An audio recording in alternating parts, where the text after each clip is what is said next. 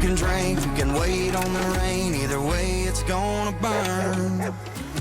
Funny enough, the best pitcher for the White Sox is from Florence. Yep, from Grant Taylor. Yeah, Grant Taylor. Okay. Yeah, he's our closer, probably their best guy. Okay.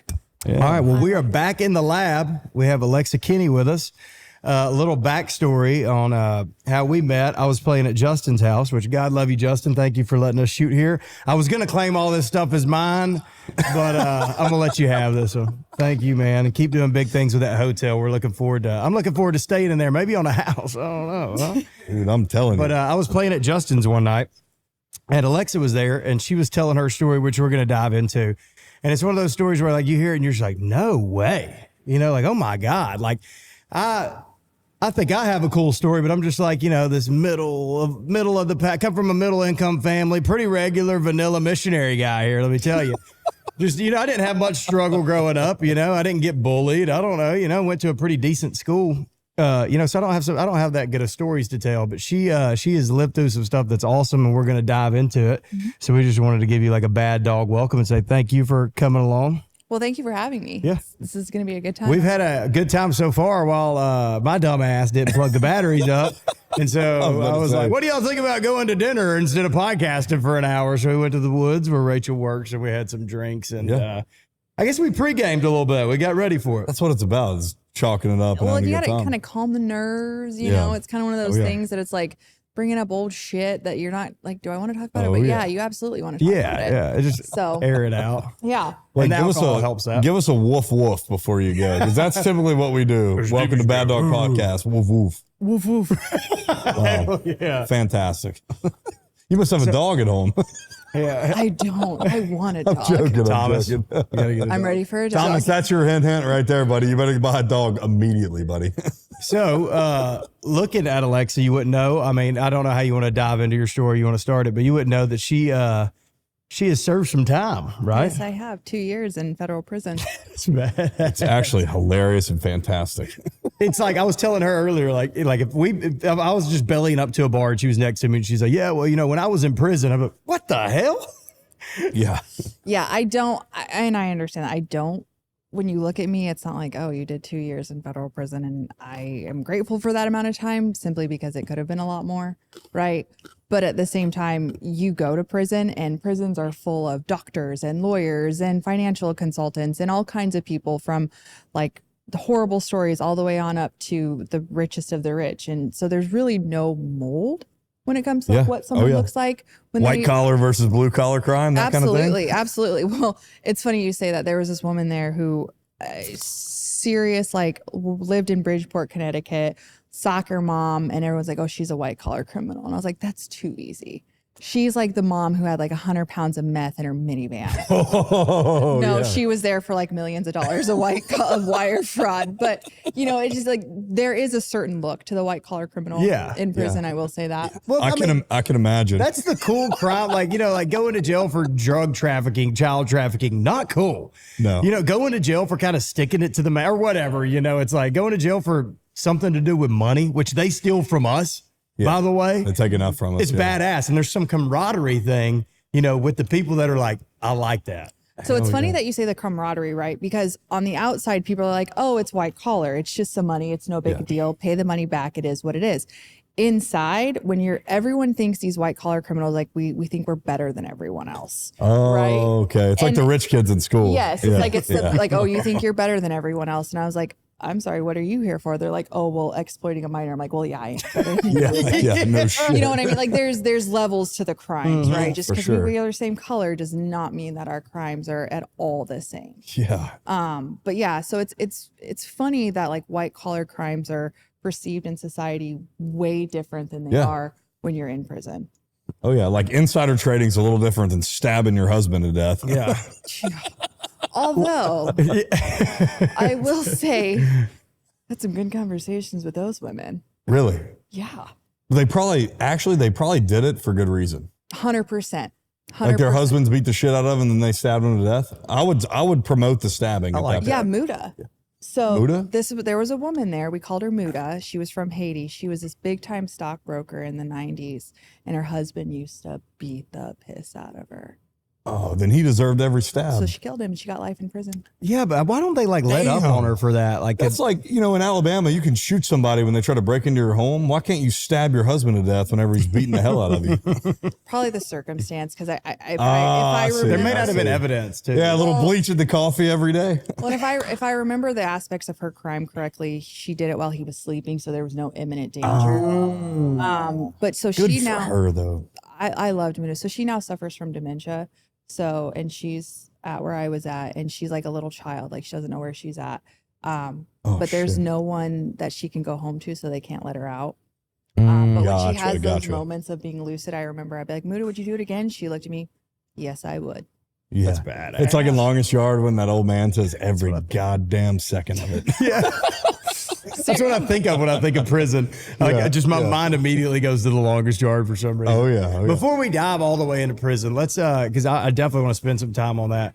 Like, what's like how did we get there? Right? Yeah. So I take full responsibility for the crime that I committed. It was my choices. I took money that didn't belong to me. Right? It was a financial scheme. The federal government wanted to portray it as I preyed on this innocent person. And that's just simply not what happened. Her and I had a history. And she was a habitual gambler. And shout out. sorry. But like a habitual gambler in a sense of like shouldn't have been one, right? Like she'd had a history of, this is all based on what she told me, right? It's not a matter of what was in my case, but she was a fraudster too, right? It's not like she was some innocent person that just happened to be like wandering through my you didn't prey on it, right? Like the government wanted to portray, which was hard for me in the beginning, right? Because they wanted to portray this narrative of, I'm like, well, it didn't go down that way. That's not what happened. That doesn't negate what I did, but it didn't go down the way that they said it did. So her and I had a history, and she wanted me to invest this money, and I made it very clear, like, I'm not a lawyer, I'm not a financial advisor, like, but if you want to give it to me, whatever. 1-800-GAMBLER, Yeah. So we walked in the next day to the bank. I gave my ID. I did everything. I did not hide who gambler. Right. So she was blowing through this money that she had gotten as an inheritance and winnings from her gambling days, and she knew she needed to preserve it. So she knew I wasn't a lawyer. She knew I wasn't a financial advisor. I made that very clear. It wasn't me seeking her out. She actually asked me to do it. And I kind of refused. And then one night I was like, fuck it. Yeah, give it to me. I'll figure it out. I walked in the next day to the bank. I walked out with a cashier's check of $168,000. And I gave my ID. There was no qualms about it. Like, I was not trying to be fraudulent about who I was or the intentions or anything like that. And then, COVID hit, and next thing I know, I'm being indicted by the federal government. Like, it was, sorry to laugh. No, that's literally shit. what it was, because next thing we know, I'm getting a phone call from an IRS agent, and it's like, do you know about this? And you're like, yeah, I do.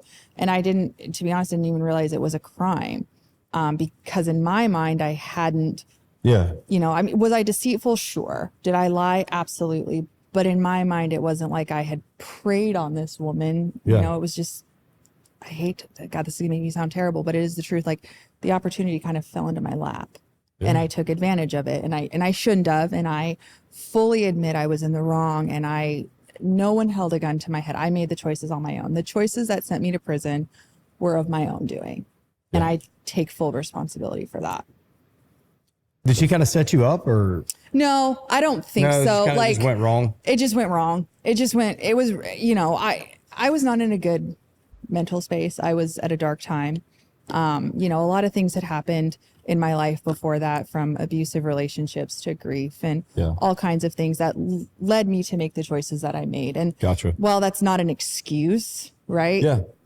It offers an explanation as to. I got a big question. Was she was she a good person or a bad person? In my opinion, no, she's not a good person. Okay, so it's like if a tiger kills your little dog, it's fine. But if a tiger kills a coyote, it's like, oh, it's part of the game. You chalk it up. So one thing I will say, since my case and going through, I've since learned that everyone in the city that knew her let's put it this way. She was, I don't want to say Sorry, she had we it. can cut this out. I don't want to say she ask, had it coming, but yeah, she had it coming. karma's karma.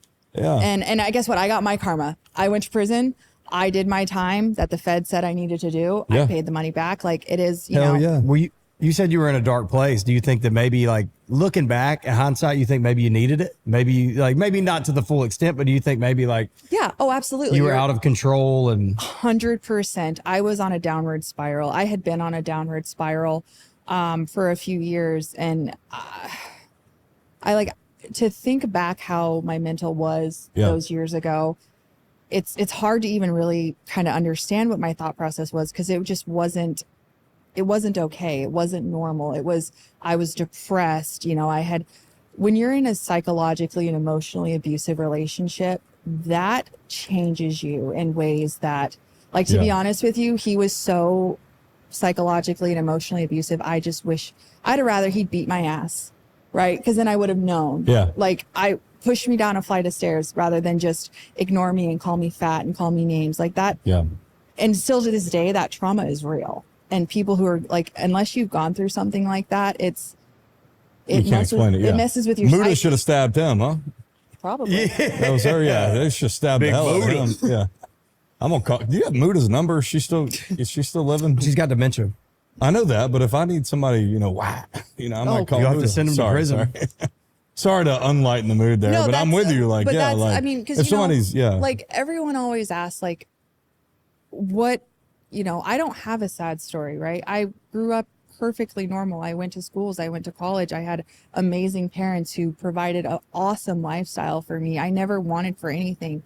So the choices that led me to prison were that of my own and not of any influence. Yeah. It wasn't because I had, an excuse in my childhood, because I didn't. I didn't. I have to own that. And that's hard to say because you want to blame someone else. for sure, it's easy to. But yeah. I can't. I did it myself. Yeah. So you get arrested and you're looking at, what'd you say, 10 years? No, 60 years? Or Yeah, what was it was 60 when I started. What is that feeling Oh, like? sweet shit.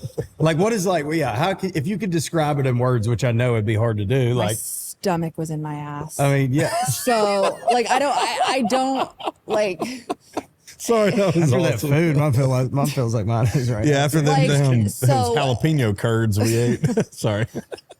so I had gotten arrested. It was a Friday morning and I got arrested at like 11 o'clock in the morning. We had to drive 2.5 hours to get to court. So the feds historically like to arrest people on Friday afternoons and Friday mornings. So you have to sit all weekend in jail before you can see a judge. Yep. Wow. That's a true statement. I know ball that. knowledge. Yeah. It's absolutely awful. So I had to go in front of a magistrate. And so I stood up and he said, Miss Kinney, like, this is what you're charged with: wire fraud, lying to or making false statements, and something else. Oh, and money laundering. So I was looking at several counts. Yeah.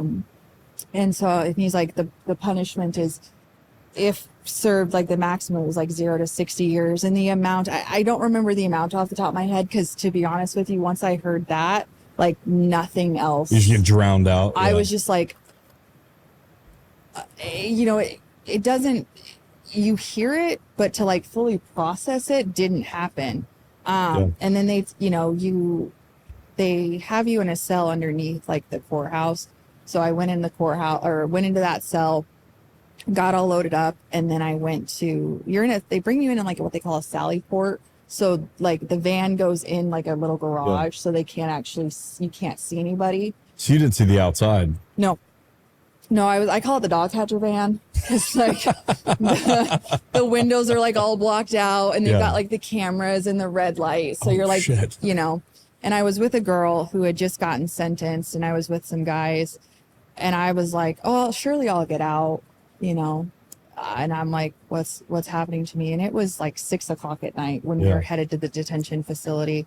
Hadn't talked to anyone. No one knew where I was at. Because you don't have a phone, yes. So your parents can't talk to you. Nobody around No one you. knew where Thomas I was can't. at. Nobody can talk to you. Yeah, No one knew where I was at. So, and then you have to get booked in, right? You like squat and cough, strip down, like God. get into jail clothes. That's like make sure you're not toting nothing or whatever.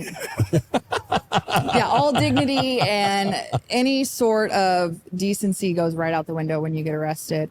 Wait, hold on. Before you continue. So hearing 60 years had to have been like hearing life in prison, right? For me, that's basically that it. is. Yeah, I mean, so I was 30 at the time. I had oh, just then turned that's 30. like life in prison. 60 years would have been a life sentence. Even, to be honest with you, even like 40 years, 30 years would have been a decent life sentence.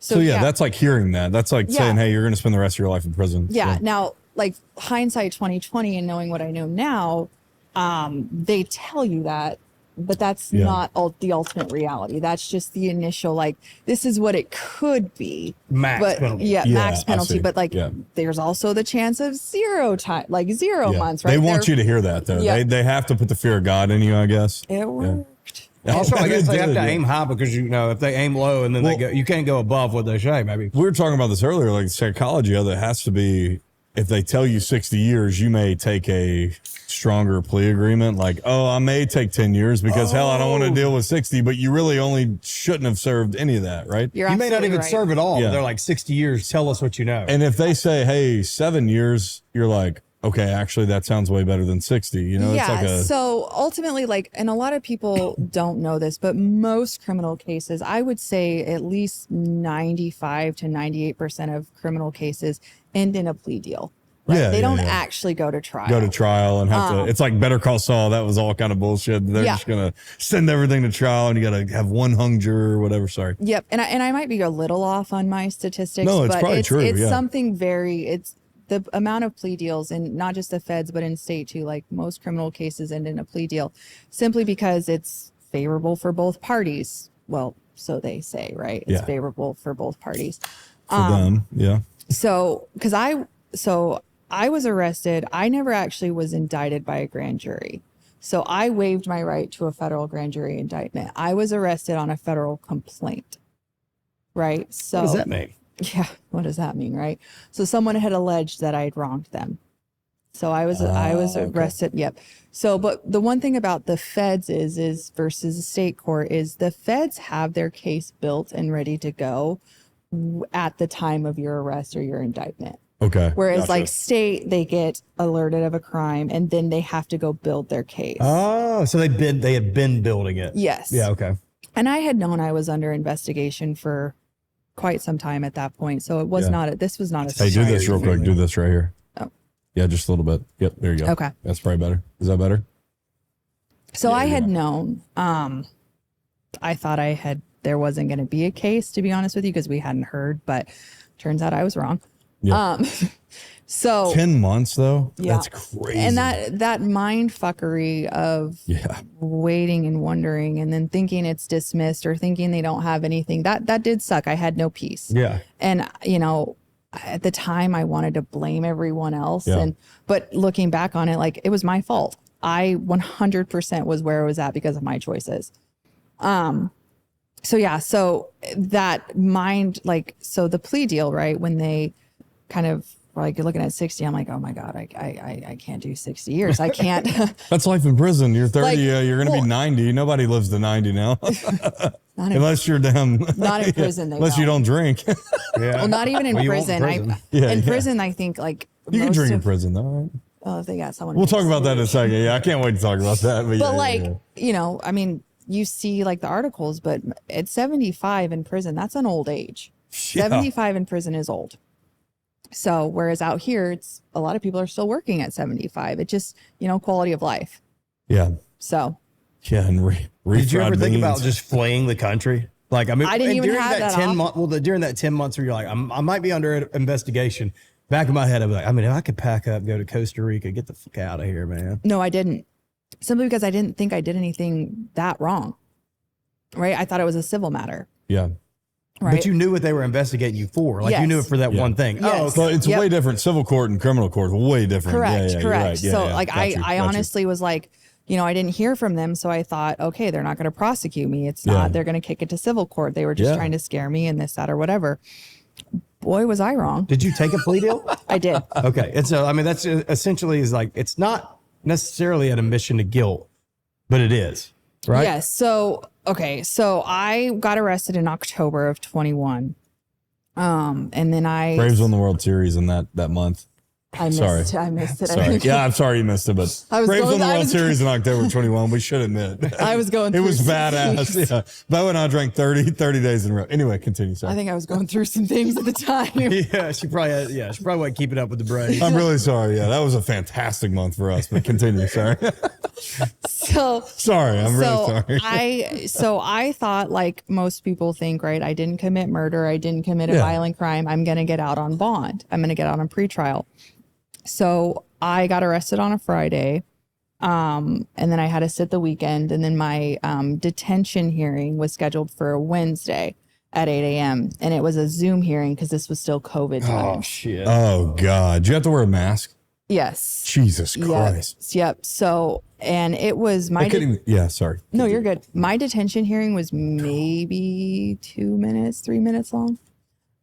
Simply because the prosecutor, she came at me swinging and saying things that I had done. I'm like, are we talking about the same person? Yeah, it didn't even sound You like know, things you've done. And I'm just like, hold the phone. And like, I was like, whoa. My mom is sitting in the courtroom just like, she's doing the time with me.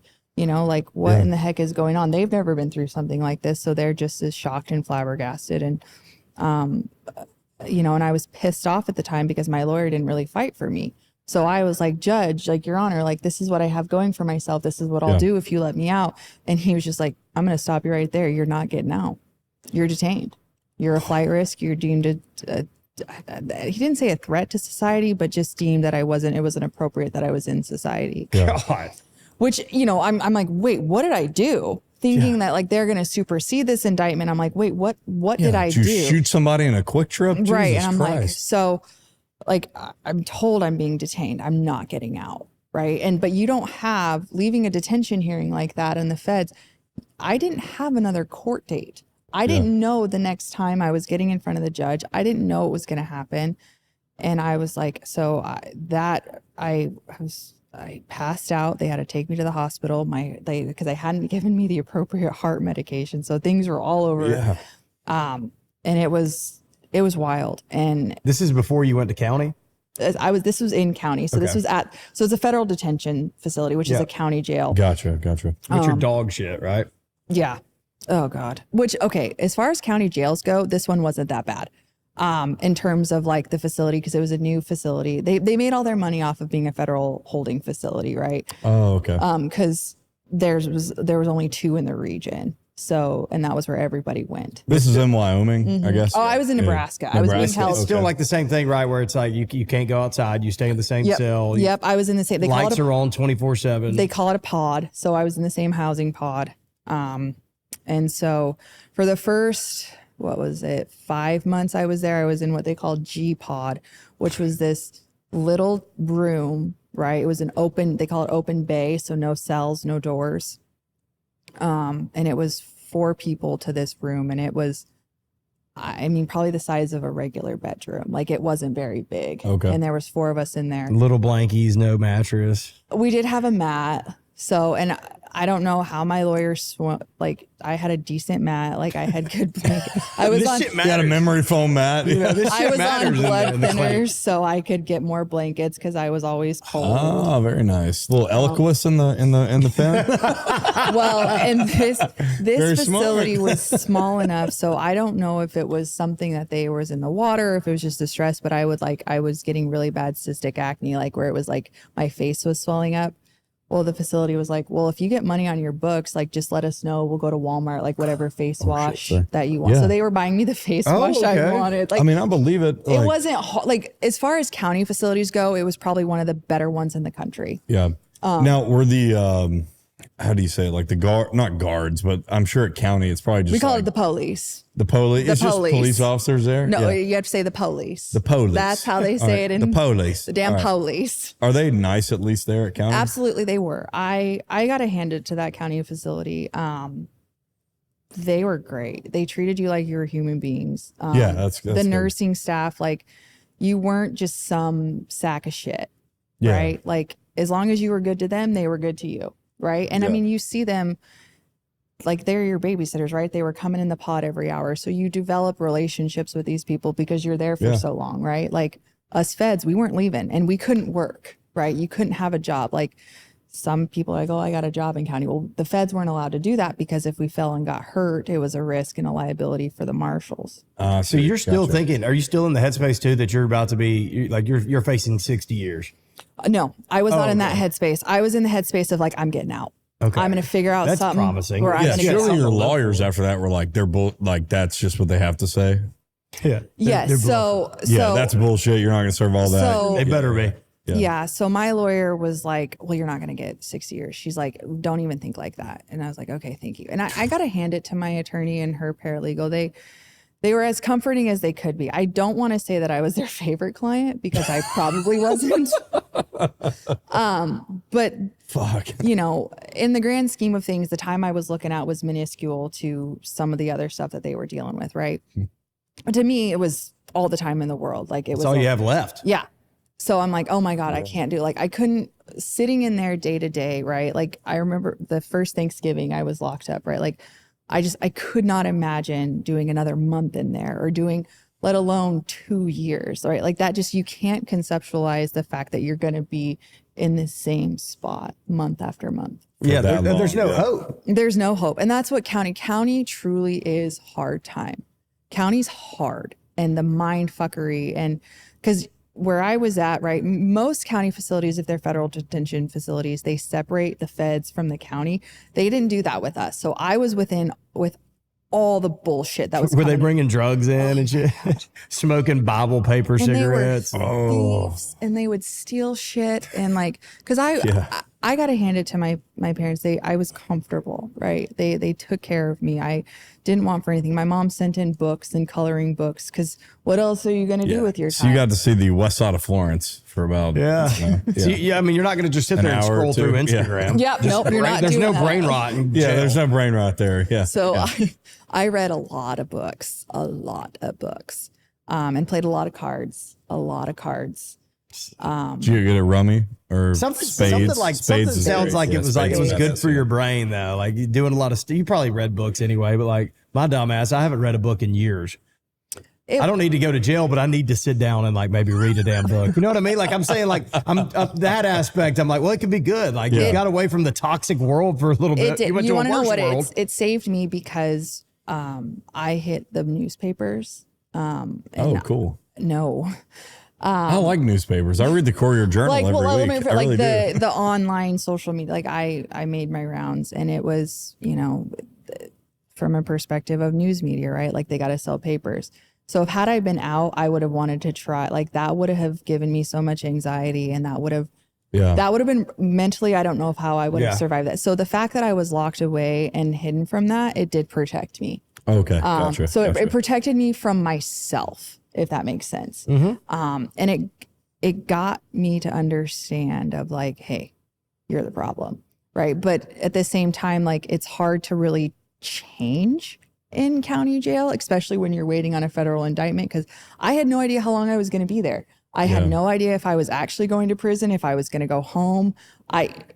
Every day it was like, well, what the fuck's going to happen today? Yeah. Chili dogs today again. Okay. All right. Damn. It's It 5 can't be chili dogs, Hey, right? it's 5 a.m. I don't want a chili dog. I love chili dogs. It can't be chili dogs in prison. Yeah, they What's have in chili county? dogs in jail. Do they really? Soy meat. I don't See, know. It's not real meat. I would eat 50 chili dogs before I ate one piece of soy meat. You don't have that it doesn't matter option. what it is. You're gonna. I eat. know I don't have the Yeah, option. it doesn't but matter. shit. You're gonna eat. You're gonna eat whatever you get. Yeah, You'd have and you have to whoop the other guy's ass or bribe him to get his chili dog. You ain't gonna get 50 of them. There's 4 people in the cell. I know, but you were might saying, get 10. damn it, I have to eat another chili dog. I would love a chili dog. That'd be badass, dude, but not soy meat. That would turn me off there. It was, I mean, I was kind of thinking prison was cool. Now I'm not thinking it's cool this anymore. is county. We're not at prison yet. So this is just county. Oh, this is county jail. So county Okay, is gotcha. county is County's way the worst. different. County is way different. And Okay. like all the cakes and the rolls and all the shit that they feed you just to fill you up. You're like, I can't do this. You know, and I mean, and even like all the ramen noodles and the tortillas and the bag of refried beans. And you're like, I just. Did you ever like say, I'm going to fast for a week or two? Yeah, there was, well, and there's a rule too, right? If you refuse so many trays at mealtime, you have to go on suicide watch because that's not, Jesus. it's not mentally acceptable to refuse so many amount of food. Okay, so you can't say, hey, I'm going to go 40 days here. Nope. and Nope. 40 nights. Nope. 40 days for like Jesus. I was just wondering. I mean, Nope. that's a good Nope. question. No. How many days till you get on suicide watch in jail? No, it's quick. It's very quick. It's So like 3 meals. yeah, it's yeah. If you refuse 3, they put you on suicide Yeah, I'm not watch. eating today, boys. I'm fasting. I'm not going to kill myself. I'm trying to find God in here. It's Ramadan, man. Give me a fucking break. Well, I would just like Sabbath. Damn. Yeah, it's a Sabbath day. Come on. like I would just, if I wasn't going to eat, I would just grab my tray and give it to like one of the girls who came in who clearly hasn't eaten in like a month or is like withdrawing, right? So that's what I did. But there was this girl in there named God, Sarah. She was bona fide crazy. Like mean crazy or like just batshit Both, crazy? both. Absolutely. One of the funniest things I've ever seen in my life. Funny? Mm-hmm. I need to hear this now. If she's funny, I need to hear it. Oh, Sarah. So she could not be out in like general population. So they had her on 23-1. But you could go to the cell and like. What does that mean, 23? So she was locked down for 23 hours and then she would get 1 hour out a day. Right. And that was after we were already all locked in our cells. Oh, I see. So she couldn't be around anyone? No. This and is so in prison. This was in county facility. She's like 6 dogs in a kennel and she's out of the kennel for 1 hour. And yeah. you're all like, This fuck is, you, so this is motherfucker. still in county. And she was on misdemeanor charges, but she was deemed incompetent. So they had to wait for a bed for her to go to the state facility to be deemed competent, which was months, right? So she was months waiting in county with no bail on a misdemeanor charge. Wait, what's deemed incompetent? She like doesn't understand right or wrong. She can't understand the proceedings or the charges against her. She doesn't she can't aid in her own defense. Full cycle. Gotcha. Yes. Okay. And I mean, I'm deemed incompetent nightly. I cannot He's 4 believe. beers away. Well, no, hell, I was incompetent earlier. I'm deemed incompetent twice a week. I can't believe that. That's crazy. So Sarah would just be in her cell naked and like dancing around, which you can't do, right? Like you can't be indisposed. Like you get what they call a PREO, which is like the Prison Rape Elimination Act or whatever. And she would she cut her own hair. Holy shit. Wait, sorry. I'm sorry to keep stopping you. You get deemed what, PREO if you take the clothes off? PREA, yeah. So if it's called the Prison Rape Elimination Act, and it's like a huge thing like to protect inmates and guards, and like you have to be covered all the time, right? Like so to go to the shower, for example, you had to be fully clothed. Oh, okay. So and like coming out of the shower, you had to be fully clothed. Like if you were changing you couldn't technically change in your cell because if a male guard walked by and you were in your sports bra, that's inappropriate. I see. Okay, gotcha. Yeah, So how do they it get was away in with like all the bullshit that goes on, like all the screwing? well, that's prison. We'll talk That's probably different Once than we get county to jail. prison, Hold on. we'll Yeah, talk- we're still in county jail. Like county yeah. didn't really have that, right? Because it was a small county jail, so the guards were really on top of it.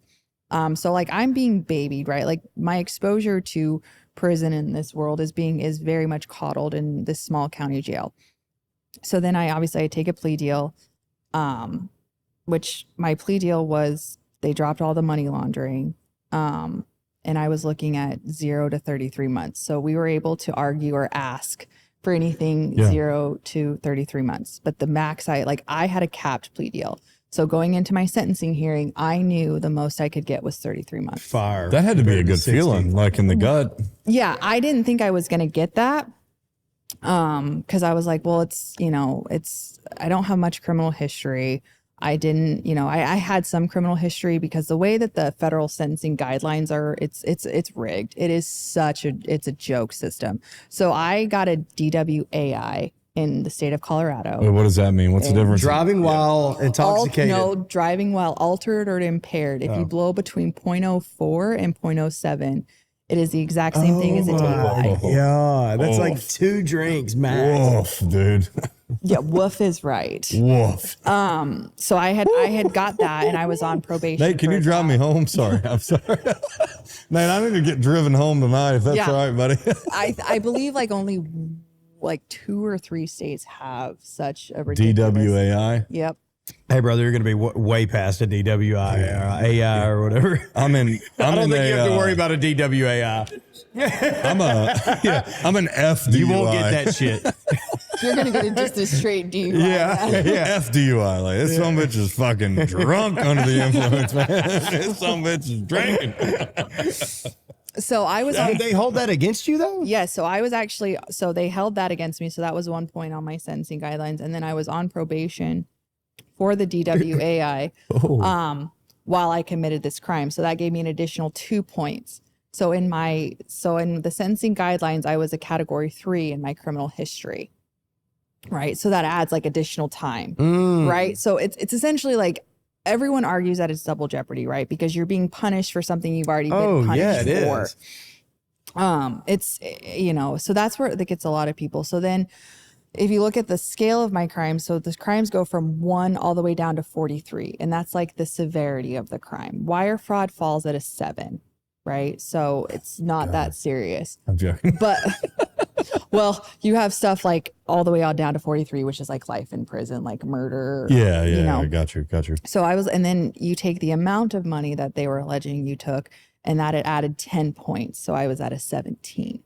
So category 3, 17, I was looking at 47 months. And then the prosecutor was trying to throw these enhancements at me, right? Saying that I violated a position of trust. So she was trying to say that I told, or I was alleging that I was a financial advisor, and which, so she was trying to tack all these enhancements on me, which would have given me more time. So when I was started, I was looking at about 48 to like 50 or 52 months or something like that. So the plea deal took me down to 33 as a cap. So I was like, okay, screw it. Because I originally, when we were looking at plea deals, there was 2 plea deals. It was zero. It was I was going to get 33 months, but I was going to be able to get out on pretrial. That was what I just wanted to get out on pretrial. This was at this time I just wanted to get out on pretrial. The other deal was you stay in county, and you can argue anything from 0 to 33.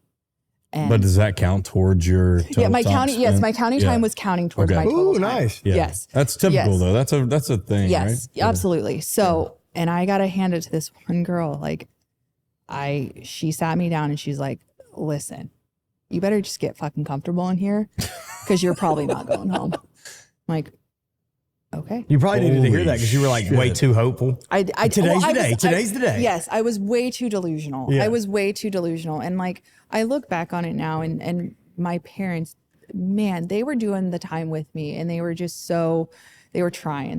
But they just, they were at a loss. They're hurt. They're collateral damage, all because of my decisions. And I just wanted to come home, right? But that wasn't going to happen. And it shouldn't have happened, right? I was still just an asshole. I hadn't learned my lesson. Yeah, everything happens for a reason. Yep.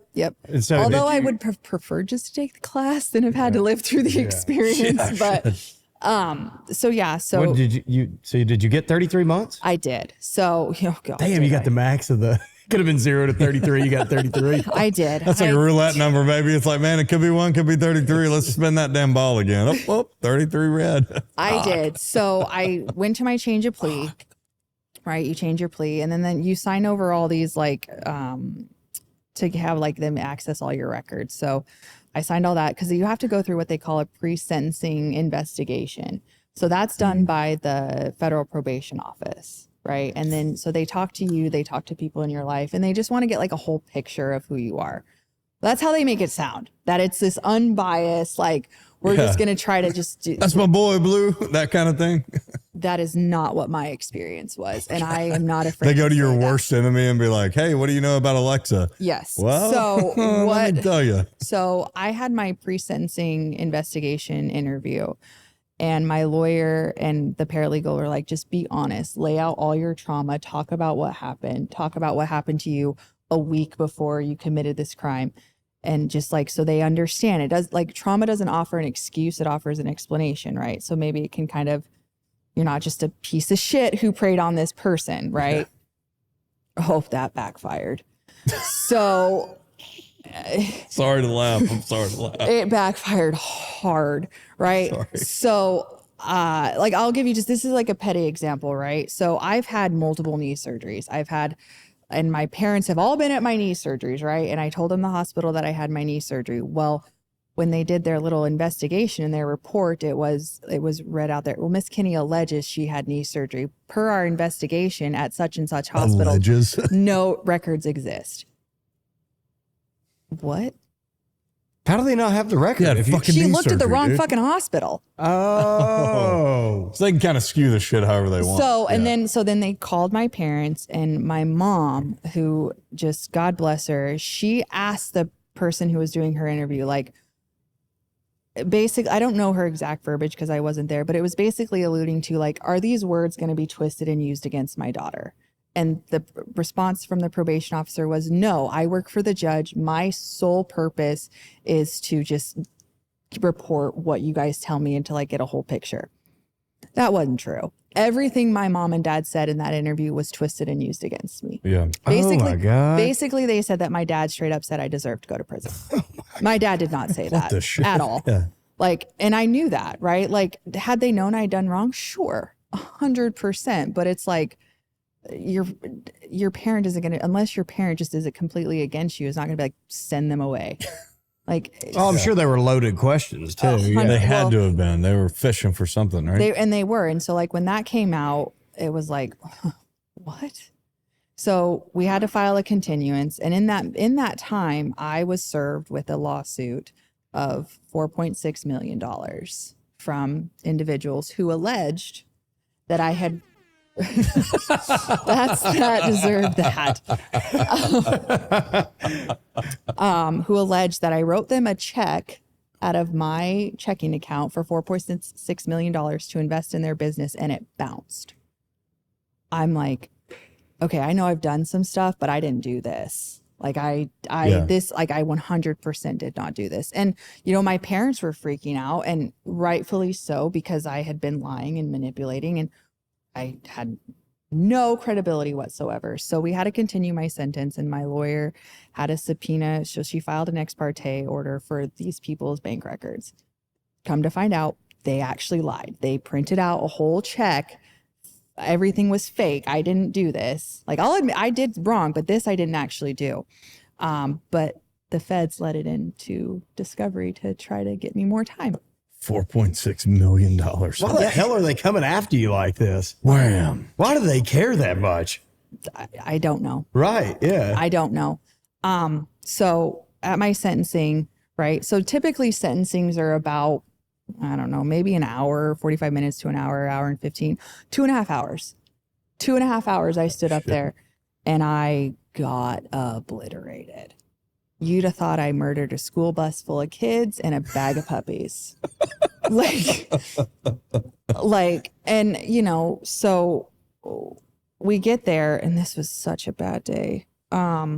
So you come in through the Sally Port, right? Normally they have an elevator that takes you up, and like you just have a short little jaunt to the courtroom because you're shackled, right? You are shackled, belly chained, everything. So walking with those, I don't know if you guys have ever been shackled. No, I've never been shackled. But I can imagine the elevator was out. They were fuzzy. It was broken. It was out. It was It's like broken. Stairmageddon. You ever watch The Office? Stairmageddon?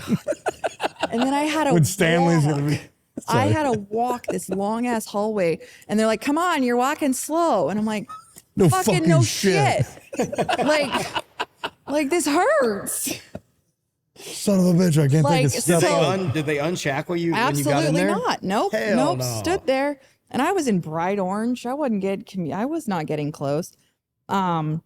And then on top of that, my judge was 80 years old, falling asleep on the bench. Oh, sweet shit. Yeah, that was fun. He's That still happens. a judge, by the way. Today? Yeah, actually, a 5 really years? good judge. I got to give him credit. He's a very Oh, okay. fair and Yeah. respectable judge. So that's how my day started. Was having to walk like a football length field hallway, shackled, and being told by the marshal to hurry the fuck up. So you sit there, you're shackled. So like, you know how you see in the movies or like in court TV, like the tables are away from each other like this. Oh, yeah. For Yeah. us, we were facing each other. So the prosecutor, if she wasn't up there like shitting on Looking me, down, she yeah. was staring at me like death that's stare. even worse. Oh, I was like looking around like, is this really happening to me right now? You should have stared her down the whole time. Well, I Looked into her literally, I soul. looked at her and I was like, like kind of like, Oh, yeah? do you want to say something to me? So what had happened was is she opened the door for the IRS agent who received that phony check to testify because the judge wanted to know like what is going on. And my lawyer killed it. She asked the questions and basically the judge was like, I don't know what this is, but it's not a real check. It was never presented for deposit. Like this isn't like, he's just like, I'm going to look the other way. So it was like, okay, she didn't do this. And then I get up there and I read my letter and, you know, I think it's such a rigged system in this situation where they want you to apologize to your victims and you want to like show remorse. I'm going to say whatever it is I have to say so that I don't get the most time. No shit. Yeah. Hell was yeah. I sorry at the time? Absolutely. In the capacity that I could be. Yeah. Right. Because you still haven't really processed what's all going on. So I laid it out there. It was vulnerable. Well, then the prosecutor comes up and everything I had ever said or everything I had ever lived to be true, she said I didn't happen to me, right? Like the ultimate gaslighting experience happened. And like even my parents were like, wait, we lived that with her. Like we went through that. And you're saying that didn't happen. Like, and for some reason, the center of her narrative was how attractive I was. Y'all have seen the pictures. Bitch was a dog. Well, they got you on a day you hadn't done your makeup or whatever, you know? No, we can just say it. Like call a spade a raining spade. outside. It was a rough time. They got you in gray and not in orange is what you said. That was funny. That picture was so funny. It was so, and I'm like, are we looking at the same person? Like, what do my looks have to do with this? It was just, you know, if the facts of the case are not that hard, like are not that good, you're going to attack the person. And that's what happened. And I was low hanging fruit, right? Like I hadn't been living right for a long time. I had been doing the most and I deserved it. I didn't think I did at the time. So when the judge read off that I got the 33 months, you know, I probably showed no, because at that point in time, I just wanted to get the fuck back to my cell. I was done. I was over it. I had been told I was a piece of shit for the last 2.5 hours. I was over it. That is a long time. So like when people, you know, when people say they're like, oh, they showed no emotion when they were sentenced. Yeah, because we're like, you're done. You can't really think anymore. Just give me whatever. I'm ready to get out of here. Yeah, no shit. At least you knew the most you could get. Well, I mean, coming from 60 years, you know, you're like, that's just 33 months is the worst. That's fine. Yep. Yeah, it'll be. After we 2.5 could do hours, that. I can see where you're like, just give me 33 months. Yeah, I was done. And so they take me back and the marshal, he was like, he just like, as we're walking through the hallway, he's like, are you okay? He's like, that was rough. I'm like, I don't fucking know. Yeah. I don't know. 33 months is better than 60 years. Yeah, and in the we'll grand be scheme of fine, things, like it's like looking at it now, it was a blip, but at the time, it's hard to conceptualize. Like that's 33 months. So I had served 9 at that point. So and the Fed time, you get 52 days for every year that you're sentenced. So they call it a Fed year, which is so instead of it being 12 months, it's 10 months. Yeah. So I was looking at I wasn't getting out until 2024. It was 2022. That was hard to process. Oh, I bet. So, you know, now all you have to do is you sit and wait until you get picked up. Yeah. Like, So they call your name over the intercom like you're in elementary school and you're like, hey, Alexa, you're being called to the, you know, you're thinking you're getting called to something. They're like, oh, your parents are here to check you out. That's basically what happened. Don't you wish your parents could have checked you out? It's I terrible to say, wish. but that's what I kind of think of that as. Yeah. Yeah, they knock on your door. So it had been 2 weeks since my sentencing. I had been designated. I thought I was going to a camp. I thought I was going to Greenville in Illinois because that's where the judge said I was supposed to go. So I was like, I'm going to Greenville to go garden. I thought that's what I was going to do. No, I was not headed there. Yeah, you weren't going to get ice cream and tennis courts, huh? No. So at midnight, they knock on my cell door, roll up, you're leaving. You're like, yes, I'm going to prison. At midnight? Yes. Damn. So you get all shackled up at like 2:00 in the morning because we had to drive like 5.5, 6 hours to the strip where the marshals come and pick you up. So you drive, and then we had to stop at the gas station so the girls could go to the bathroom, which was an experience, having to walk in a gas station fully shackled. No shit. Yep. Y'all It wasn't shackled to each other? Huh? No, We weren't just chained. them We weren't shackled chained. like Not this. yet. Yeah, I yeah. wasn't chained yet, but just Yeah, but wait, it wasn't like a Buc-ee's either, was it? no. It was like some like loaf and jug or something. Oh yeah, you went to Yeah. damn CJ's in Belgreen. They took you down to The bathrooms outside. Yeah, they got one bathroom and there's a key to like it. Sonic, yeah, you Pass gotta get it the key. off. Fuck. So we're headed to Con Air, right? Like we're headed to the plane. And this isn't at like an airport. This is a No, so it's a strip in I want to say it's El Paso, Colorado. I could be wrong, but it's Paso, Texas or New Mexico? Colorado. In Colorado. Okay, yeah. gotcha, So, gotcha. Okay. and thank God I was flying out in May because you get up, there's like a line of, so it's all these different county facilities in Colorado, Nebraska, that all meet at this airstrip so that people can get on the plane and they can ship you from to prison. And it's just like a whole line. Then you see this plane coming in, and it's a pretty big plane. And it's obvious. So you're sitting there and you're just standing on the tarmac. You're just standing on the tarmac shackled. Are you in the orange jumpsuit at this So point I too, was, or is it? so I was in what we called our grays, right? So I was in the, ironically enough, it was a Bob Barker brand. Fuck yeah, Bob, Big Bob, baby, come on. So I was in Bob. sweatpants and I had on Velcro shoes.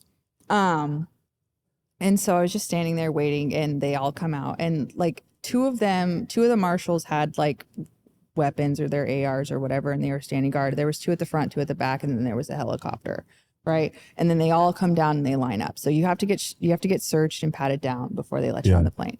Now, mind you, you're shackled this whole time. You are not unshackled at any point in any. So then you have to walk up the stairs shackled, which is not easy to do because the stairs are higher than the length of the chain you have in between. Yes, you're your just feet. like squirking up. I did not fall, thank God. But the Yeah, girl you seem behind like you me might be did. semi-athletic. Yeah, I could see where, maybe Hattie or whatever would fall. Hootie, or who was it? Muda. Muda.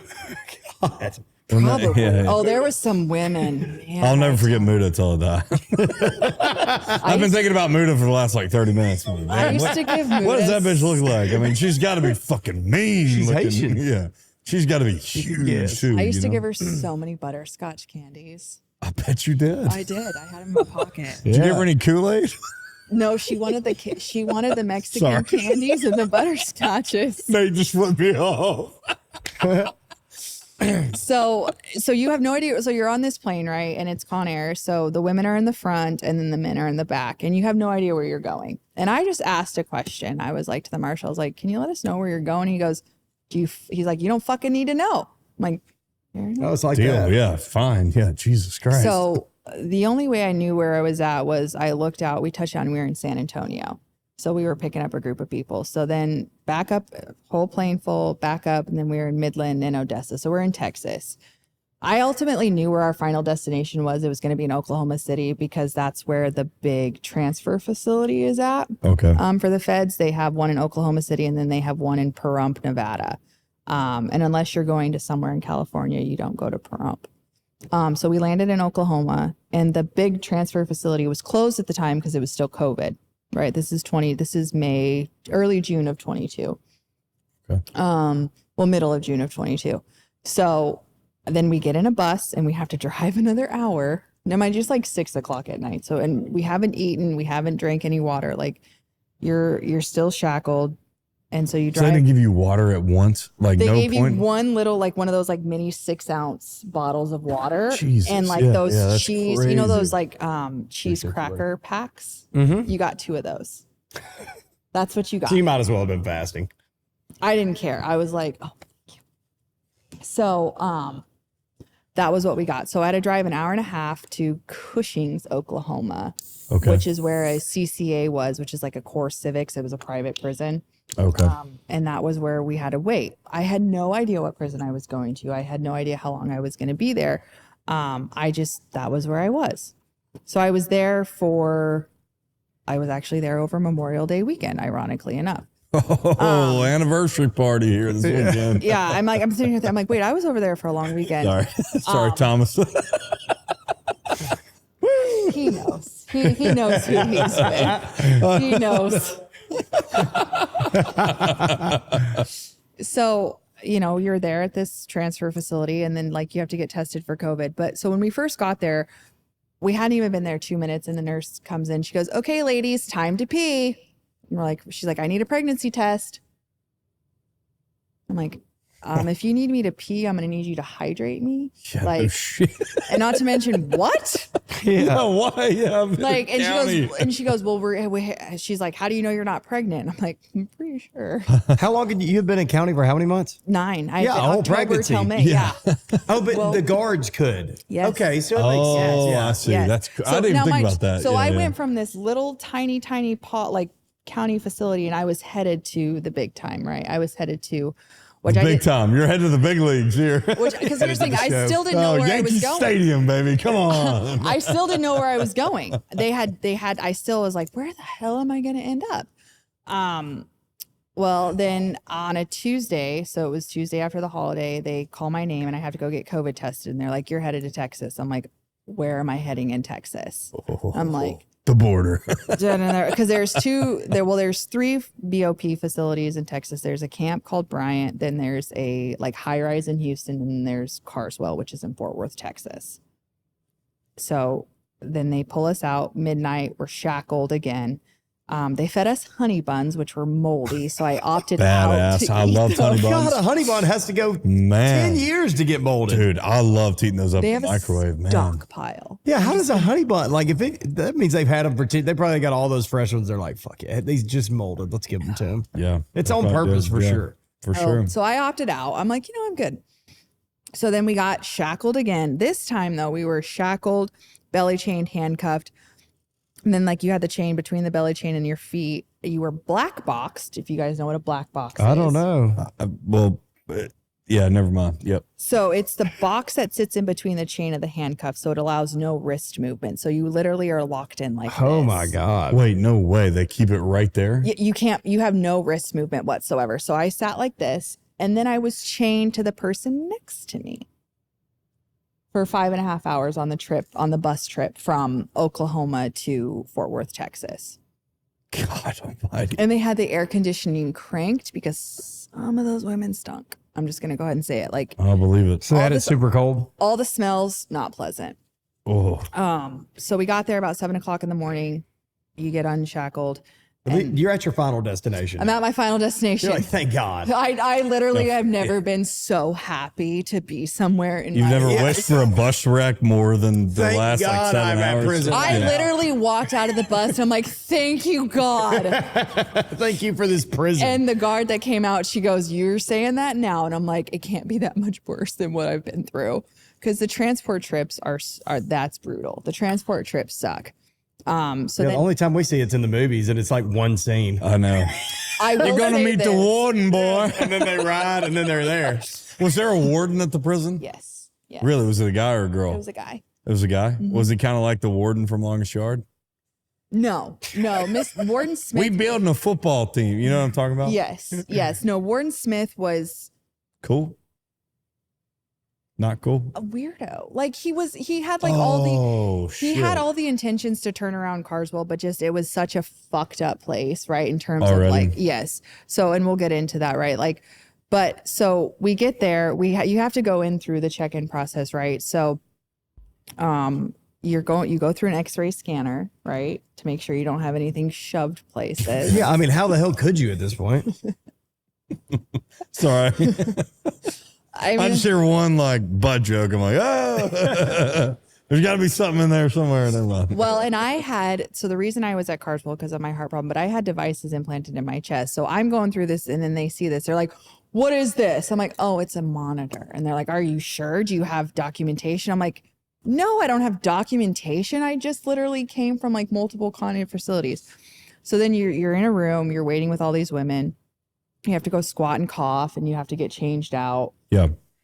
And I mean, at this point, you're so used to it. You're like, I literally was taking off my clothes as I'm walking. She's like, "Hold on, wait till you get in there." Here it is. And I'm like, just get it over with. So I had to be quarantined for 7 days because of COVID. Gay. So we were in a tiny room. Sorry. It's so true. It's Fucking gay. Yeah, It no, sucked. sorry. So we were fucking dumb. We were in a tiny room that you only got to shower every other day in the middle of summer in Fort Worth, Texas, with no air conditioning. So you're by yourself because you're quarantined. There was 4 of us in a room. Okay. One of them was a catatonic schizophrenic. Oh God, you can't leave. You're not getting sunlight. This isn't one of those deals. Not yet. This is like almost like county lockup again. Mm-hmm. The only thing that kept me going was 5 days. Yeah, Just right. sleep. Because I had become a professional sleeper at this point. Damn, and you had just gotten there and gotten happy about being there. So then they let us out. We go in the yard and I get assigned to a housing unit. And I'm in 1 North. So I was at FMC Carswell, which is a medical facility. And I was behind the fence. So I was not at a camp. I was at Carswell is considered an administrative level facility. Okay. So that's everything from a camp. That's everything from a camp all the way on up to like a max, right? So there was a max facility, which was behind our housing units. So each housing unit housed like 380 women. And it's like a big atrium. Okay. So they just let you loose, right? You go get your clothes, you go to the laundry room, they give you your uniforms, your combat boots, and away you go. Do they lock you up at night? Holy shit. Where I was at, so the housing unit I was in did not have doors. So it was Everybody's just general population. Like y'all are all amongst each other. Yep. So there was rooms. So you each had like I want to say it was like 6x7, like cinder block room, but it didn't have a door. And there was 4 people to a room. So the width of like the in between the bunks. So there was 2 bunks, so 4 people. And then you had like a half locker, which was like this tall by about maybe this wide. And you had like the bathroom out in front of everybody? So the bathroom, so you had a first and a second tier. And then the bathroom was tucked away. So there was like 9 showers for like 180 women and then 8 bathrooms for 180 women and then like 4 sinks. Oh, it was like a community bathroom. I have like to you're ask, shit. so I'm shit shy. I'm super shit shy. I hate shitting in front of anybody. Got to get over Did it. you shit in front of everybody? You got to get over it. I mean, you have a stall, so you have a door. Oh, okay. Oh, you have a stall door? Yes. Oh, that's damn. That ain't prison. Well, I mean, I know it's prison. I'm sorry. I'm not shit on yeah, prison. let's put but it this way. You don't get Febreze. But or like you county don't lockup, though. County lockup, you had to shit in front of somebody else? Yeah, Because you I don't have think I could smoke a shit in front of anybody else in my life. You don't have a Like, choice. since I was probably 3 years old when my mom probably saw me shit, that's the last person to see me shit anywhere. Well, you But got you to just do had it. to do That or it. it's just going to have to disintegrate or evaporate. I mean, you're going to have to shit. No, I'm going to have to wear a diaper and shit my No, you pants because I gotta. cannot just shit in front of everybody. You'll learn how to do it. But Well- in county, you had to, but in prison, you didn't. You had a Yeah, stall. in county, I had a bunkie or a cellmate, and she like became my sister. So yeah, and you just gotta Oof, go. like, and you gotta that's go. my brother shitting there, but I've never shit in front of you. Man, sorry. You think that? Here's the thing: is I thought that, And then you get there and but you're you like, just yeah. at a certain point, you're like, You got it other is shit what to it worry is. Like about. you got I'm other fucking like prison. I was Yeah. looking at prison time. Like the last thing Yeah, I you were cared thinking, about. yeah, was shitting in front of your cellmate. But That's fair. to be quite frank, like you don't get proper nutrients in prison or in county jail. So like you're dealing with a whole set of other issues, right? Like So you're not worried about shitting. You're worried about, just living. to be honest, like being when alive. you have to take milk of magnesia like once a week to even be able to go, because you're not getting proper nutrients, right? You're not getting fiber, you're not getting your I vitamins, see. you're not Yeah. like it wreaks havoc. Like you're a mess. Yeah, that's fucked up. Mhm. We didn't hear about that a little more too. Is how. Sorry, continue. So I How got to messed up prison that and like is, when yeah. I hit the yard, to me it was summer camp. I got to go outside, no more locked doors. Like I didn't care. I was like, and at that time I was like, okay, you're going to just focus on yourself. You're going to this is going to mean something, right? That's what I was telling myself. Because at the time I was like, I wanted to lose weight. I wanted to get back in shape. I wanted to do all these things. I also still hadn't accepted that I was going to be there for as long as I was going to be there. Because I thought, oh, well, I'm going to go to halfway house or I'm going to get out on the CARES Act or something. So get settled in. And I was very fortunate with the bunkies that I was given. Or so I thought.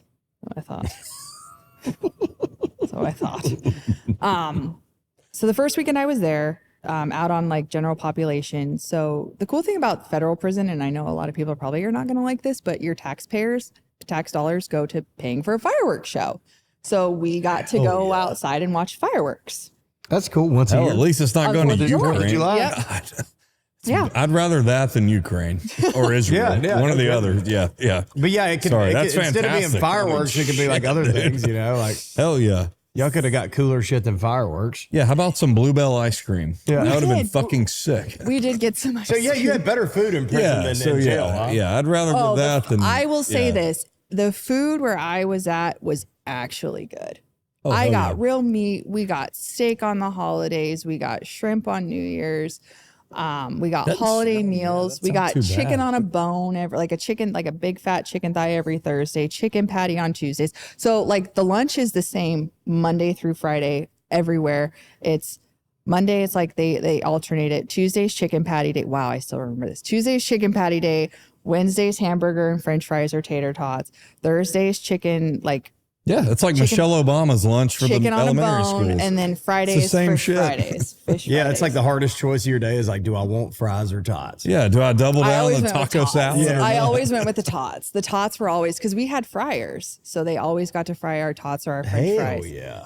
So like the food, and I worked in the kitchen, so the food was, which was that was one of the most stressful jobs I've ever had, to be quite honest with you. But the food was actually good. You got fruit, you got like they would do vegetables, right? We would get salads. Like you ate well. Yeah. So I So can't at speak. that point, you were like, okay, I'm healthy again. Like you're not. So I was like, okay, I'm gonna eat what they feed us. I'm gonna like start running because we had a whole gymnasium, right? Like you had treadmills, you had spin bikes, they had aerobics classes that I took, pool tables, like it, it's You had pool tables? Yeah. You had to gamble a little bit. Did you play non-ball? Yeah. How many strokes you have to give somebody else? How many balls? Is what There I'm was saying, this yeah. woman, we called her boss. Man, that bitch could shoot some pool. I bet she could. Shit. Yeah. Is she in there for like life? Drugs. No, she wasn't, but she was cool. Mean some bitch. Yeah, That's badass. boss was a boss. So yeah, like you had workout videos, right? So like you could go rent like P90X. I did the insanity. Yeah, I've done that. And I wasn't even in jail. I did that in my living room like a month ago. I'm like, I'm gonna start doing this every day. Yeah. Yep. right, I no, did insanity. Yeah. And like so the treadmills we ran on, so they were the self-propelled treadmills. So have you ever seen those? They're like at a curve. Yeah. Yeah. Those are the hardest fucking I watched Julio Jones run one on. Have you seen that video of Julio Jones running as fast as he can on one of those? It takes some figuring out too, because it's all on you. I was running 7 miles a day every single day on one of those when I got to my prime, like when I hit my stride, right? So, because I just, and then like we had an outdoor track. It was like basically like a park, right? There was benches you could sit on. There was trees. There was a cement walking path, softball fields, volleyball courts, basketball courts. You mean like, they would give everybody bats? yeah. I bet Boss beat the shit out of somebody. She had to. No, Then Muda gets that shit. no, Muda would just run off. Like Muda, like if you were a runner, which everyone knew I was, they'd be like, Kenny, go get Muda. And I'd have to like sprint after Muda to grab her. Wait, which state was this in? Texas. In Texas? Okay. Yeah, so I was in Fort Worth. You were a couple hours from the worst conditions ever in Louisiana. They have the worst penitentiary in the world in believe Louisiana, right? Well, so I do know that, like, so the feds, we had air conditioning and all that because they have certain regulations. But like TDC, which is like the Texas State Department of Corrections, they have had people killed from riots because they don't have air conditioning because it gets so hot in those houses. Is that because? So this wasn't just a white collar crime place, though. No, so I was at an Why was administrative this one nicer? Because Because the health condition, yeah. Yeah, so it's just federal facilities, like the feds have a certain level of standard that's much higher than states, right? And so like I will say this, like if you're gonna go to like a prison, you might as well go to a federal prison. But you can't choose that, can you? No, well, okay, this is the saying, right? Like if you're going to be indicted, I'd rather be indicted by a state, but if I'm going to go to prison, I'd rather go to a federal prison. Okay. Does that make sense? Like, Yeah, I'm going to write that down, actually. I need to remember that. That's huge. Sorry, no, I'm not indicting myself here. You never know. Are you indicting me or am I going to prison? Because I need to know. Because it matters. Just take Louisiana out of the picture. I don't need to go to no Louisiana prison. Yeah. I've heard crazy You shit know, about like, Andola. we had air conditioning, we had heat. Now there was a couple days where the air conditioning went out and that shit sucked, right? When you have 300 people in a space and and I was on the top tier. So like, obviously, like if you didn't have any like health ailments that would like prevent you from climbing on a top bunk or climbing the stairs, you were on a top bunk and you were on a top tier. So that was me, right? And so, and I'll be honest, my dear friend, still to this day, love her to death. She altered my mattress, so I had a really comfortable bed. She just extra stuffed it? Yeah, so they're plastic, they're wrapped in plastic so they can easily clean them.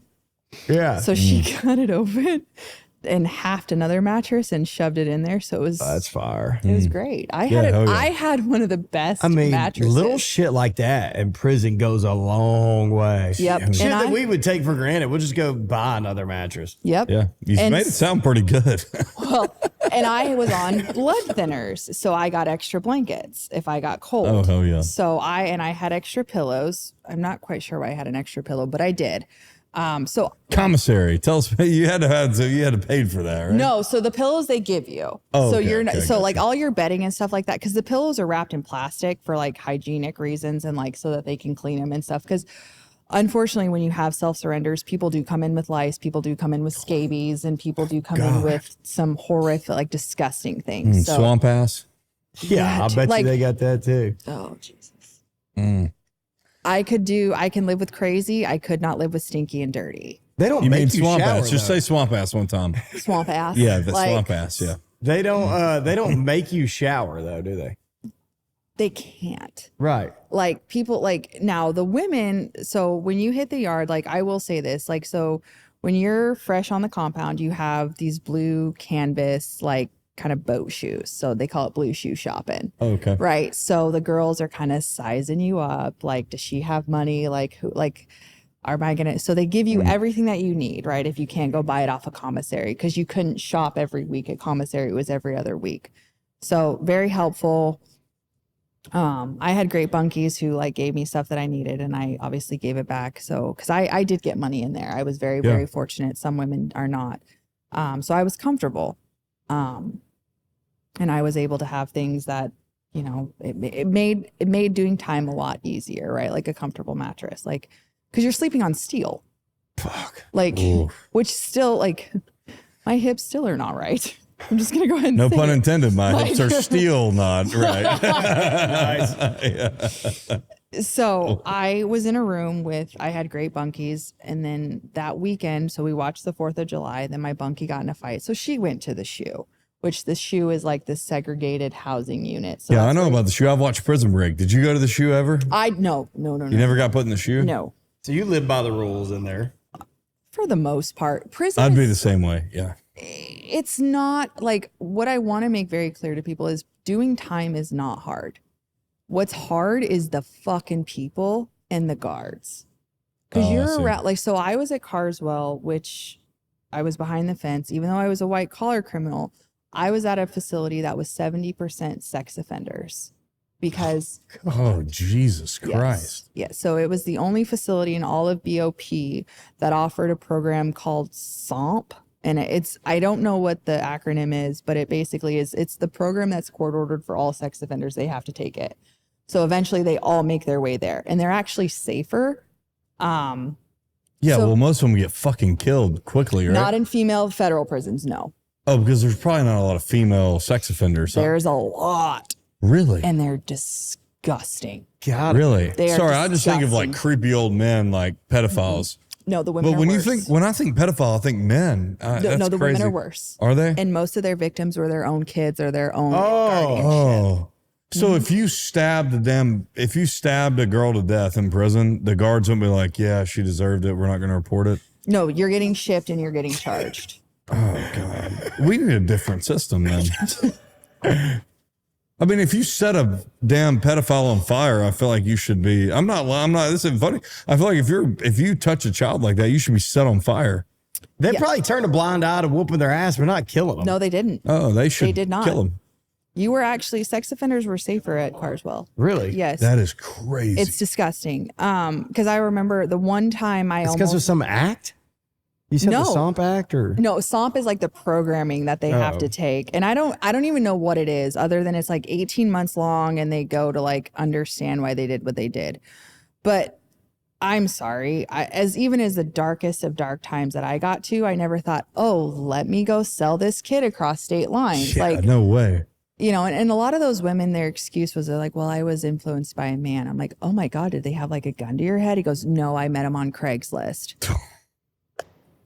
Like, That's you know, it's crazy. just like there's something fundamentally wrong with you if you think to harm a child. And a lot of those women harmed their own children, right? Or women that are children. It was, you have to, and that's what sucks about prison, right? You have to get in this mindset of like, okay, I'm here for right now, and I have to put up with this, right? Like out here, I would never socialize with someone who I know harmed a child, but in there, you got to do what you got to do. Yeah. Right? Yeah, that makes sense. Because there's gangs, right? Not in female prisons. So there was a few. I was hoping you'd say like, hell yeah, I was in one of the damn female gangs. Do I look like I would be in a female? Not at all, actually. You would be in the farthest away from the female I would probably gangs. be like the leader of the gang. I'm just going to go ahead and say. Yeah, you would be the brains behind the operation, huh? Yeah. I'm the fucking geek with the calculator. Yeah, you're like, oh, you know, if we kill him, we might be okay. Or sorry, We need if a we kill little her, more, yeah. We need yeah. more robbery. We're not meeting our numbers. We're low on ramen, girls. Get it together. Remember, I get my 20% off the top now. Yeah. If we kill her, and her, we might have more success here. You know? That's all I'm getting low on Keefy coffee. Come on now. Beefy coffee. You said your bunkies though, so like your bunkies weren't like child molesters or anything like that. No, You said so you got I good was ones. very They were- so when like, I what were they first in there for? drugs and drugs. Okay, deal. So, but one of them had a girlfriend, and this girlfriend was crazy. So, and I mean, she would be in our room at all kinds of stuff, and like they were bigger women. So, and I'm at the top, so they'd be in their bed, and I'd be fucking up there like trying to hold on for dear life. Oh, they'd right? be doing it. God, I don't want to know. Well, You can hear it, surely, right? so one of them wasn't like have my a headphones there wasn't a trans woman in there. I did have a trans bunkie, yes. So there were trans women. in, oh, that in prison. the room with you. Yeah. So my next set of bunkies, right? I got moved rooms. God, My homie Trip. I called that's my homie. its name was Trip. His name was Trip. Yes. Claimed to be a girl, and it was a dude, right? Okay, so Mr. Trip was in there. Yeah, that's my homie. Hey, Mr. Big Trip. boy Trip. That's what I was joking earlier. I'm like, Big homie Trip. don't let me get indicted and have to go to prison. First thing I'm doing is say, transgender. I'd like to go to Oh, you women's mean to tell me prison. y'all slap me in an all-female prison? Transgender, for sure. That's me. Let's go. I'm Mr. Trip in that situation. That's 140 IQ, bro. You just be like, hey, I'm getting indicted. Yeah. I'm Ansley Bohannon. Your boys call you. They're like, how's it like?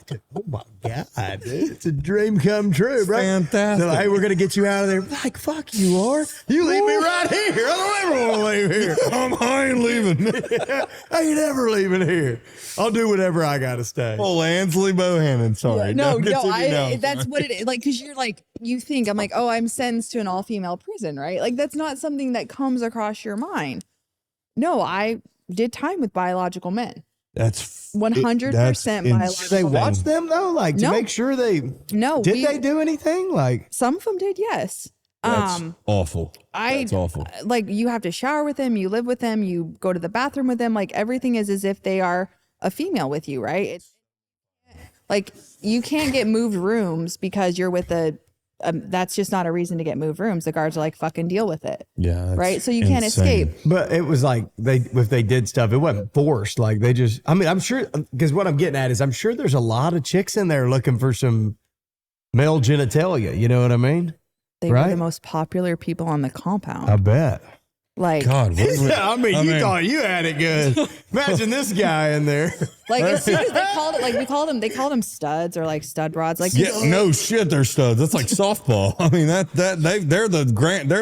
No, it's like the horse they're in the hitting the Kentucky floor hole. Derby, You know? Hunter. Yeah, It's like yeah, yeah. They're hitting getting into paid to them. get That's studded out. yeah. So, you know, that's what some of them said. They were just exhausted. If I ever go to prison, I am. Hey, boys. I can't have Hey, sex boys, one more listen. time today. I got a couple friends in here, and I'll say this. You know, this is on the record, but off the record. If I go to prison, don't judge me for my change of sexuality. Yeah. I'm dead. I'm so that's sorry, premeditated. Alexa. I know you dealt with hell, but I mean, I would way rather get it. I would way rather, Ray Lewis get off my back and I get to go hang out with all the ladies in the federal prison. That'd be awesome. Here's the thing is I never faulted the men, right? Like, because it's not your, like, if there's a loophole, fucking take advantage of it. I agree. It's the system that Fault set the it system. up, right? Yeah, Like, fuck y'all for setting this up and making this a reality, right? So, like, I mean, your bunkmate, like, I mean, he's pretty cool, though, right? Oh, Tripp's my homie, man. We would shoot dice all the time. God, we had fun. Oh, God. In the alley? No, we'd sit there, like, because it's concrete floors, right? So we would, like, he'd just sit there. He's like, Alexa. I'm like, yeah. He goes, you want to shoot some dice? I'm like, bitch, you better have money. Like, we better, like, and we had fun. Like, he taught, and we couldn't be more different, right? Like, white from Wyoming, black and a blood from the streets of LA, right? Yeah. Like, you could not be more different. But we grew to respect each other because you kind of forced to. And I only wish good things for him. But I got moved out of that room and I got moved into a room with my bunkie, with two bunkies who one of them is still one of my really good friends today. And I was there for 11 months. And that was, so another one of my bunkies, her girlfriend, right? Because girlfriends are a big thing in prison. Like that is 100% yes. Like, and most women, a lot of women are gay for the stay, right? Like you're not gay on the outs, but it's like, got to be gay to do it. You know what I'm saying? I mean, you're there for the rest of your life or whatever. Like, so, like a pocket out, like we're might talking as well. like that. I don't know. Yeah. I'm with I wouldn't be gay for the stay. Guys, I would be trans for the vans. I don't know what it is. Trans for the 24 months. Yeah. Trans for the cans. You know what I mean? Sorry, Alexa. We're not trying to I am prison. so love this because it's we're like, dumb as shit. if you don't, like, who would have thought? Like, I'm telling my mom and my aunt on the phone, they're like, where the fuck are you? And I'm like, I'm in a female prison. Yeah. Like, wait, what? But my roommate's name is Tripp, and he's a guy, but it's fine. Yeah. Like, it's fine, Mom. My He's mom getting was, so much ass, Mom. You wouldn't believe it. You would believe Yeah. what he's doing in there and he with was actually, Mita. he was mad at me when I got moved out of the room. He's like, you make me feel comfortable. And I'm like, I don't know how to take that, but thank you. Yeah, hell yeah. Because I was an easy bunkie, right? I was quiet, I was clean, I was very respectable. Like I was an ideal bunkie, right? White collar. You were white collar. Yeah. There are some women there are some women who you're like, oh, like who raised you? Like what? Like, did you not learn proper hygiene? Did you not learn this? Like, those kinds of things. And like even just changing your sheets, right? Like change your sheets at least once a month at the very, like they're white, right? Wait, So you can choose when you change your sheets in prison? So you could change them weekly or? I changed mine every 7 days. Yes. Oh, okay, but you could also leave them there for months if you wanted to? Some women did, and it was disgusting. Jesus. Yeah, it was disgusting. That is gross.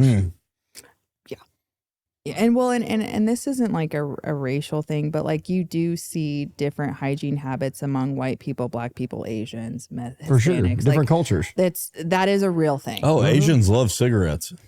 Yeah.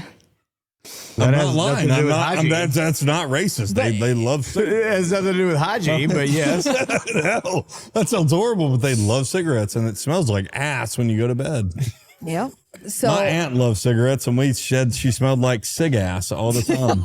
Nate, am I lying? We said growing up, my aunt smells like cig ass because she smoked cigarettes. So yeah, I get that. your aunt Yeah. Asian? No, she was So just, how did the two go to no, the she was cigarettes? she just lived in Section 8 housing. It was fine. It's part of the game. Chalk it up.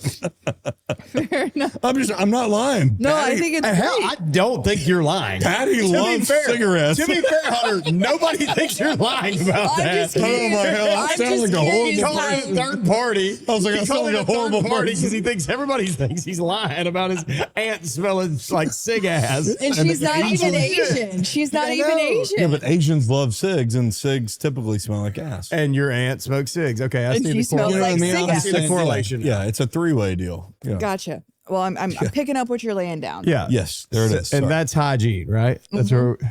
That's where. And that's what we were talking about. It was hygiene. Yeah. So, and I mean, so when you get into a room where everyone's clean and it's like, okay, I'm staying here. Yeah. So, but my bunkie, she had a girlfriend, and her girlfriend was one of the worst chomos on that compound. Chomo? Oh, sorry, child molester. I was wondering what a thinking of like a chomo was. bush. I was like, Jesus. I was thinking it was like a God. butch. So child molester, I'll make sure to my enunciate for the kids in the back. Chomos? We called them chomos. Yeah, fuck the chomos then. So like in men's prisons, right, you have to present your paperwork. That is not how it is in female prisons. Whether you're a snitch or a chomo, you don't have to show paperwork, right? Oh, okay. So there's no such thing as bad paperwork in a female prison. You know someone is a chomo. So we have you have email access, you have computer access, and video visits that you can have. But if you're a chomo or on a sex offense, you do not have email access and you do not have That's how access you to know. video Okay. visits. So that's how you can usually pick up. And ironically enough, they all kind of look alike. They all kind of have this creepy, Yeah. I don't know. I can't believe I'm gonna say this, but they have this creepy, I touch children look. Yeah, it's the pedophile look. Yes, yeah, we it's all just- know it's that a look. thing. We've seen that. It's a thing. You see a person out in public and you're like, that's a fucking pedophile. Dude, I've never in my life had that, I don't think. Bro, the Jeffrey Dahmer look? Y'all, what do you mean? Y'all know what I'm talking about. I don't think You know what he's talking about because I pointed it out to you. I'm like, that's There's Cho. very much a pedophile look, bro. What do you mean? I mean, Jeffrey Dahmer, I'm with you, but I don't see a lot of people. bro, you haven't seen old man, no hair, bald, weird, and he's like creepy old man? That's a thing. Yeah, I see that every day, but I don't immediately go child molester. Yeah, dude, Maybe there's you a should. pedophile Maybe look. you should. There's very much You a pedophile should start look. questioning if you're around some chomos because you probably are. Yeah, I mean, I don't hang out with them. I'll tell you that. Are you sure? Do you know? Yeah, I mean, I ain't never seen them do it because I would say something. I would Well, hope of course, so. of course. But I would say something. Now. I would say something. I'll tell you, I don't hang out with them. Now, if they're around, they're around. You know what I mean? We'll set them on fire. Yeah. I would hope you would say something. I feel like you'd say something. Yeah, I would he say would. something. Hell yeah, he'd be the first to say I would something. start with that, and then we would see what happened. This son of a bitch will tell you when you park wrong. I promise he would tell you. He would tell you if you're a pedophile. He'd beat their ass. I don't think too. I've ever just looked at somebody and been like, "That's a child molester." I mean, but just because that's a very bold accusation. It's a pedo look. There's a look to it. Yeah. I like that. It's a pedo look. Okay. It's a pedo look. Pedo look. So yeah, so you knew who was a cho, and there was most of them. So my bunkie's girlfriend, she was one of the most disgusting. Because you obviously don't have access to Google in there, so you are not but there's rumors of what they're there for. And when I heard the rumor, I was like, well, whatever. You literally have to put what they're charged with aside, right? Everyone gossips and everyone, but I would say probably 3 or 4 months into my stay, into my bid, I was like, I don't want to know what anyone's here for because there's nothing I can do about it anyways. I have to integrate with them. You have to live with them. You have to work with them. You have to it is what it is, right? You're there for right now. So the one time I almost got in a fight that I started was because this dumb bitch, Lacey fucking Brooks. Hell yeah. You can see me getting pissed off because so she was there for violating her 1-year-old infant with, Ooh. I'm just going to yeah. go with electronic devices and sending pictures and videos and everything Oh. like that. Whip the shit out of her. Yeah. She had the audacity to say, oh, well, we all wear tan. I'm sorry, you're comparing $174,000 to what you did? No, fuck you. We're not the same. That was it was moments like that where you're like, I can't believe this is my life. And that's what makes doing time hard. Yeah. That's my wedding ring. No big deal. I mean, it kind of is a big deal. I'll find it in a little bit. I can't quit Actually- playing with it. That's the problem. I don't have insurance on it yet. Toss that thing back to me, dog.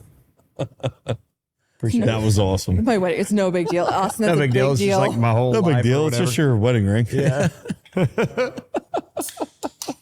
So, all right. So looking back now, would you have done, if you could go back, would you not for the aspect of all the money, anything this is life lessons and everything included. Would you change anything? No, because getting out of prison, right? It was about, I would say 9 months into so I was 18 months in. So 9 months into my federal stay, a light bulb switched. That's when the change started to happen. And I started to understand that I was the common denominator in all of my problems. I was the reason I was here. Nobody put me there. And it's like, okay, if you're not going to do this for yourself, like change, you're going to do it for the people who are doing the time with you. That was my parents, right? Then I got out, and a week I had been out, and I reconnected. I wanted my friendship back with Thomas. And, fast forward 2.5 years, and I'm with the love of my life. I'm with my other half, right? Like, and those are the 3 people, and my aunts, my 2 aunts, that have literally stuck by me. And so it's like, if you're not going to do it for yourself, you're going to do it for them. Yeah. And so, no, I don't have any regrets and I don't hate the person that I was, because without her and without all the shit that she went through, I would not be sitting here. Mm-hmm. Yeah. Yeah. You can't be right if you're never wrong. Exactly. That's strong. Yeah. And it sucked, right? Like, there was a lot of trauma and a lot of tears and a lot of heartache and a lot of questioning, like, am I good enough? Like, when you look in the mirror and you hate the person staring back at you, that's dark. Yeah. And that's, and when I was in prison, right, I was surrounded with a lot of, like, it was almost like I was looking in a mirror, right, when I would meet certain people, and they were acting exactly how I had been acting out on the outs, and I fucking hated it. I hated every second of it. I'm like, and it was like, oh, this is why you're here. And it just like, it like clicked. Yeah. And it's like, okay. And those last, probably, I would say the last 8 months I was there, that's when the change happened. And it was like, and my mom, like, I talk to her now, she's like, you just started changing. You just started to be grateful. You started to everything was lighter and different about you. Yeah. Yeah. You seem like that now too. So like, when you get out, do you have like the PTSD, or like after that switch, are you just good? No. So unfortunately, like, when you are in prison, right, there's a lot of things. Prison is traumatic. And I don't say that to gain sympathy, because that's not what it is. But there is a lot of unintended consequences of sentencing that are out of the control of judges and lawyers and anybody else, right? So a woman committed suicide, right, when I was there. And I was walking. So the way that the housing unit was set up was there was 2 sidewalks that went like this. So the housing unit, so imagine it like the housing unit was right here, and then there was 2 sidewalks. So, and then like right here was the hospital, because it was a formal naval base. So it was a naval hospital. So we were on, and I was walking back from chow, which chow is like food. That's what they said, like the chow hall. And I see this arm on a stretcher, like laying like this. And I see someone on top, like pumping, and you can just tell, like, this woman is dead. Right. And I'm like, okay, thinking she had a life sentence. No, she only had like a 4-year sentence, and she committed suicide. Yeah. At least at 4 years, you could see the light at the end of the tunnel. Yeah. She couldn't. But you never know. Maybe they don't have anything to go back to. Maybe they screwed up their whole world outside, and they're like, I'd rather stay in here than go back to that. And that's, you never know. You see a lot of that. Like, there are some women who thrive in prison, and you understand why this is their 2nd or 3rd or 4th bid, right? Or they violate on probation. I did not fit in prison. I can imagine. I've known you for about 3 hours now. And if you took a poll of like 100 people, I think 95 would say you've never been in prison, because you're very nice. And I just cannot imagine that you. Not one person would vote. If you took a poll of this room, she would never get voted that she went to prison. It would be everybody else. So I did not fit in, right? But like, and we'll put in some clips and like pictures, right? Like, you could take photos. Like on Saturdays, Saturdays and Sundays, they had photo booth. So all the girls would dress up in their best grays, and you do your hair. The best grays. Yeah, Russell What'd you say earlier? Gray is the new Gray is the new black. That's what it was. Yeah. All right, so looking back, you wouldn't change anything. Is there anything, I guess, you want to say that's like closing remarks? Like, so you've got accepted into a couple different law schools. Yes. Which is incredible. Yes. Literally. So like, talk about going from the other end of the spectrum. So right, like I get out, right? Fast forward, I get out, and I took a chance, and I texted Thomas, right? We hadn't talked for 3 years. So I didn't know if he was married, in a relationship, had a kid. And the son of a bitch made me wait for like 9 hours before he responded to my text. It's not even that long. It was long. Jesus Christ. He was working. No, he was not working. Channing Tatum, son of a bitch. Let it rip on another date. Oh, you were on another date? Oh. Stop trying to minimize it. You were on a date. Anyways, and so he texted and then he responded, and I just wanted my friendship back. And I never could have thought that it would grow into this full-blown relationship. And it was like I had my friend back, I had my parents, and then I go back to school, and it just grew into something that I never could have imagined. Yeah. Right. Like my life now, while it is simple and drama-free, it is everything I could have ever imagined. And that's because of the choices I make. Right. And because I have two parents that love me, and Thomas, who, I mean, you know, and you know this, you're married and you're with someone, right? Mm-hmm. Like when you have someone who just loves you unconditionally, like it doesn't matter what you do, and they're willing to get in the mud with you and just stay there with you. Like it's almost overwhelming at times because you're like, what did I do to deserve this? Yeah. Amen. But it's amazing, and it's worth fighting for. So like me, when I was on probation, the option of going back to prison never was an option. I wasn't going to do it because I had something to lose. But I knew I wanted to go back to law school, right? And not only did I want to go back to law school, but my dad, he just was like, you got to go back. So like, not just for me, but for him, like this law degree, going to school, it's for so many other people other than just myself. Yeah. Yep, that's badass. Well, I hope that it sounds like you got a few offers. Yeah. So You're going to be a lawyer someday. You might represent me one day. If I represent Bo, hell, when you know, me and Bo are at the end of our lives, we're doing some stupid shit. yeah, hurry up and get that. Hurry up and get it. Hurry up and get your degree. It could be quicker than you think.